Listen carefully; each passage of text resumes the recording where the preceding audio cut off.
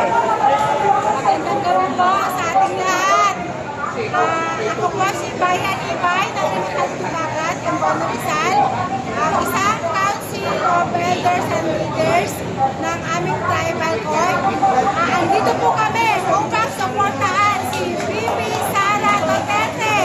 Bumaba po kami ng bundok from Cambono Rizal. Pumunta po dito sa Robinson Galleria kahit nahirapan, kahit ma-traffic, pero tuloy pa rin po ang aming biyahe.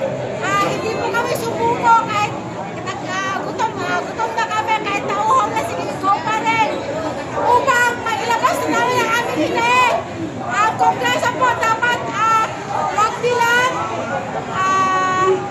wag nilang bigyan ng oras ang kagaya ng mga ginagawa nila kay VP Sara. Yung mga allegation nila kay VP Sara, itigil na po yan kasi hindi po yan para sa ikakayaman ng mga nasa laylayan. Dapat po tulungan nyo kami mga nasa laylayan.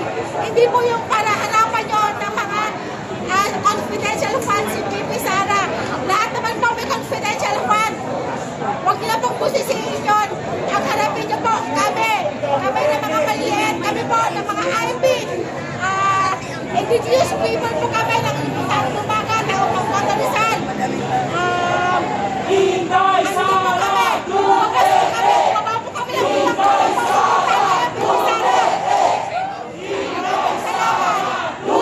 Ayan po, isa po sa mga dinidimulis sa Cambono Rizal. Inilalabas na po ang sama ng loob niya dahil sa nangyayari ngayon. Maraming salamat po.